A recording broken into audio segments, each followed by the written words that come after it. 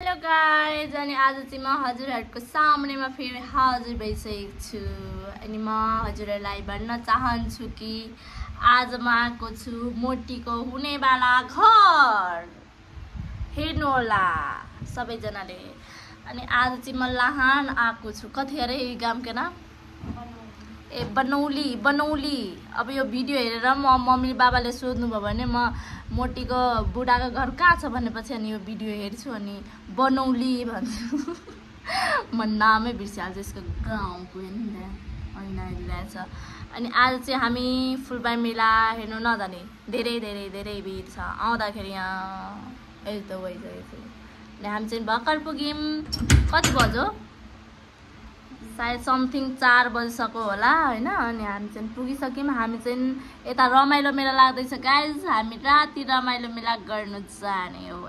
Expo भन्छ कि expo भन्छ मलाई मजाले थाहा पनि छैन।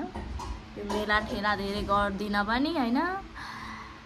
अनि यसपालिको न्यू इयरमा यही पुरानो लुगाले हाम्रो अब नयाँ वर्ष मनाउने भयो गाइज। बुझ्नु भयो तपाईहरुले। अनि अब चाहिँ हजुरलाई म मेलामा देखाउँछु धमाका। हेर्नु होला सबैजनाले। ओके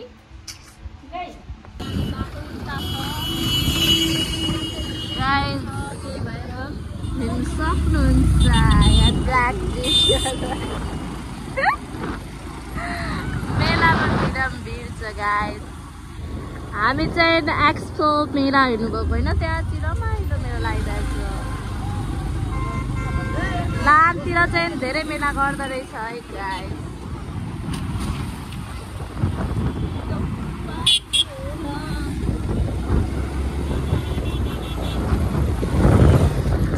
छपरी भन्ला नि फेरि हामी चाहिँ मेला गर्नु आएको होइन गाइस। यहाँ चाहिँ गेट छ हेर्नु सक्नुहुन्छ लामको अगाडि। जसले मेरो मोबाइल पनि झरेन।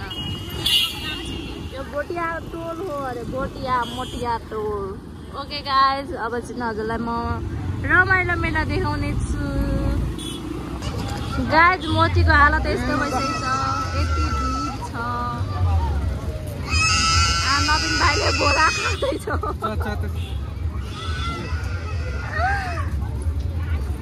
यहाँ बच्चा रुँदैछ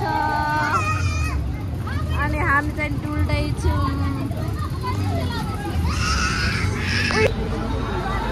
Today is so big, so we are not get past in this mela and I am going in home. हामी चाहिँ घर जाँदैछौँ। हेलो गाइज हामीले के देख्यौँ हजुरहरूलाई म देखाउने छु। हेर्नु होला।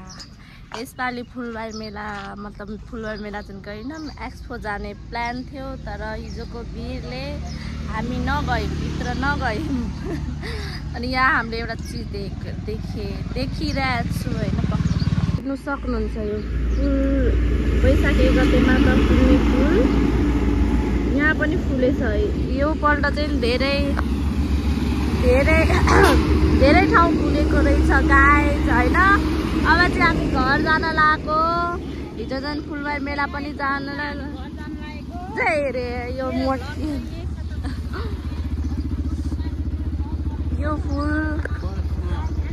फुल हेर्नु सक्नुहुन्छ यस्तो हुन्छ। वैशाख 1 गते मात्र फुल्छ अरे। हो रे यस्तै त हुन्छ न गे। सेम हो गाइज। यो आँपको बोटमा मात्र फल्छ भनेर सुनेको थिएँ गाइज तर यसपालि धेरै रुखमा फलेको छ।